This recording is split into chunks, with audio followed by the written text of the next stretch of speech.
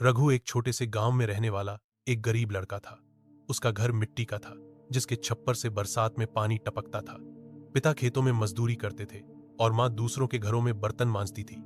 घर में 2 वक्त की रोटी मुश्किल से मिलती थी, लेकिन रघु के सपने इतने बड़े थे कि भूख भी हार मान ले।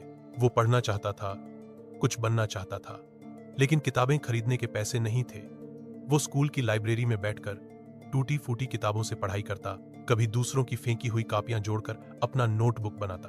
एक दिन स्कूल की पुरानी लाइब्रेरी में जब वो किताबें झाड़ पहुंच रहा था, तो एक अलमारी खुद ब खुद खुल गई। ये अजीब था, क्योंकि वो अलमारी पिछले कई सालों से किसी ने छुई तक नहीं थी।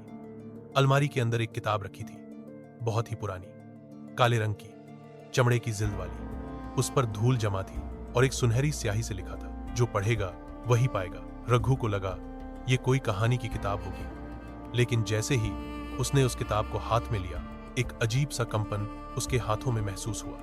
किताब को घर ले जाकर उसने जैसे ही पहला पन्ना खोला, कमरे में नीली रोशनी फैल गई।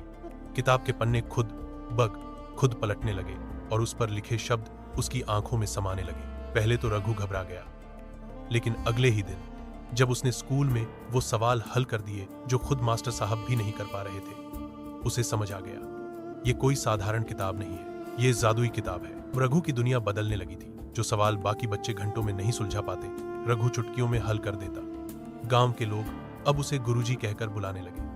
उसकी समझ इतनी बढ़ गई कि उसने गांव में बिजली लाने की योजना बना दी, पानी की मोटर सुधार दी, यहां तक कि एक बार गांव में आने वाले बाढ़ की भी भविष्यवाणी कर दी। हर कोई हैरान था, ये लड़का आखिर इतना जानता कैसे है। लेकिन रघु किसी को कुछ नहीं बताता था।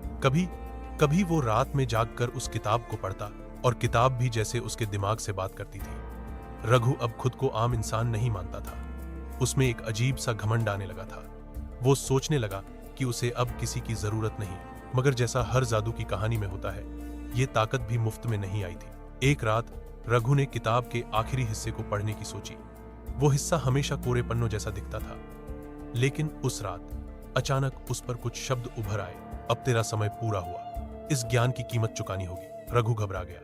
वो किताब को बंद करना चाहता था, लेकिन किताब उसके हाथों में जलने लगी। कमरे की दीवारें कांपने लगी, जैसे कोई तूफान अंदर घुस आया हो। रोशनी बुझ गई और रघु बेहोश होकर जमीन पर गिर पड़ा। सुबह जब उसकी मां कमरे में आई, तो वो जमीन पर पड़ा था, होश में, लेकिन खाली आंखों से दीवारों को घूर रहा था। डॉक्टरों ने कहा उसकी याददाश्त चली गई है, अब उसे अपना नाम तक याद नहीं था। उस जादुई किताब का कहीं कोई नामो निशान नहीं बचा था, जैसे वो कभी थी ही नहीं। अब रघु दिन भर गांव के मंदिर के बाहर बैठा रहता है। लोग आते हैं, उसे देखकर अफसोस जताते हैं, लेकिन जब कोई बच्चा पास आता है और पूछता है, बाबा आप इतने ज्ञानी थे, अब ऐसे क्यों हो गए, तो रघु बस एक ही बात कहता है, जो बिना मेहनत के मिले वो आखिर में सब कुछ छीन लेता है। ज्ञान जब तक अर्जित न हो, तब तक वो श्राप बन जाता है। ताकत कभी भी बिना कीमत के नहीं आती। जो ज्ञान मेहनत से न मिले, वो जिंदगी से सब कुछ छीन सकता है।